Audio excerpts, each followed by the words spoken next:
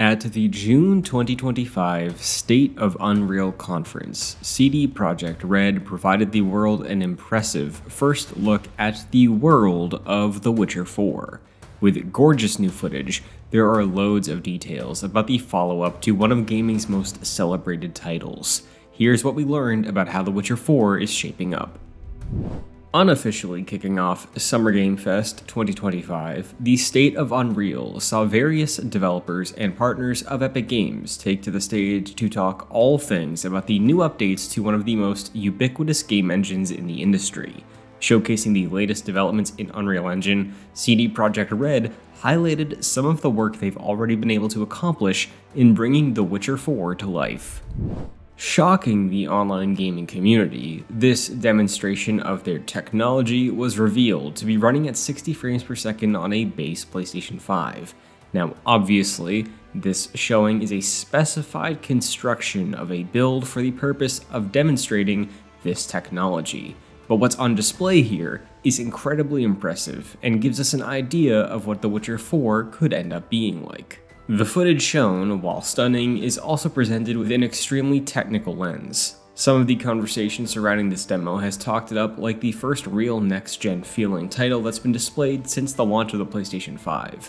The world takes a big focus here, as CD Projekt showcases new nanite foliage technology that helps populate forests and landscapes throughout the worlds while remaining incredibly efficient. With this new technology, rendering methods, and ray tracing and Lumen both having made strides since the initial launch of Unreal Engine 5, they've found new ways to free up a whole lot of memory bandwidth. They credit these strides with the latest version of Unreal Engine as being what has allowed this demonstration to run at 60 frames per second on console. Beyond flexing their beautiful environmental technology and teasing locations that Witcher fans will surely be excited about, CD Projekt Red also took time to talk about how they're populating their new open-world RPG to bring this adventure with Ciri to life in a new way. Traditionally, NPCs in RPGs are used to make the world feel lived in, but in this demonstration, they specifically highlight the strides they're making to close the gap in quality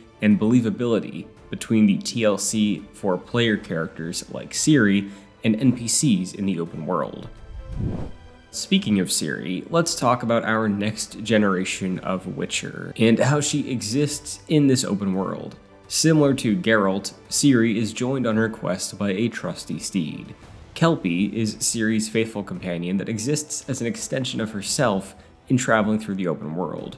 New animation technology has been implemented to really convey the connection between horse and Witcher. This so-called multi-character motion mapping method is working to make players feel more immersed in the world as they navigate for hundreds of hours on horseback. The fluidity of Ciri's relationship with her steed seems to extend to Ciri's interactions with NPCs as well. As stated, CDPR is aiming to make these background characters feel more alive.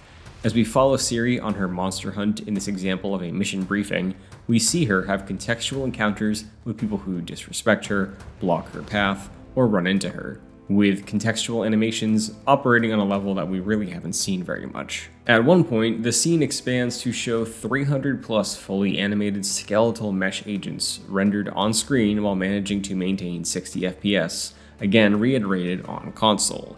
If all of that has been going over your head, the long and short of this demo seems to be CD Projekt Red's mission with this game is to once again take their technical savvy of designing an open world to its limits and redefine the open world RPG genre again. That is quite a tall ask after the generational release of The Witcher 3 Wild Hunt. Looking way back to the lead up of that game, players were similarly blown away with early looks at what would become one of the most impactful RPGs of all time. In terms of the timeline of reveal to release, way back in June of 2013, players got their first looks at the world of The Witcher 3, gameplay, and its iconic Killing Monsters cinematic trailer ahead of its eventual release in May of 2015.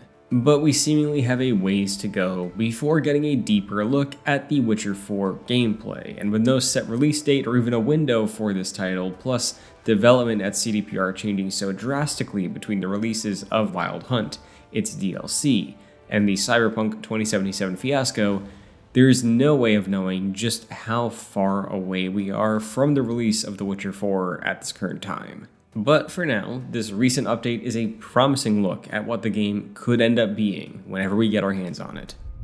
When do you hope to see The Witcher 4 release? Were you impressed by this tech demo? Be sure to let us know, and as always, you can stay tuned to Game Rant for more on The Witcher and everything from the Summer Game Fest season and beyond.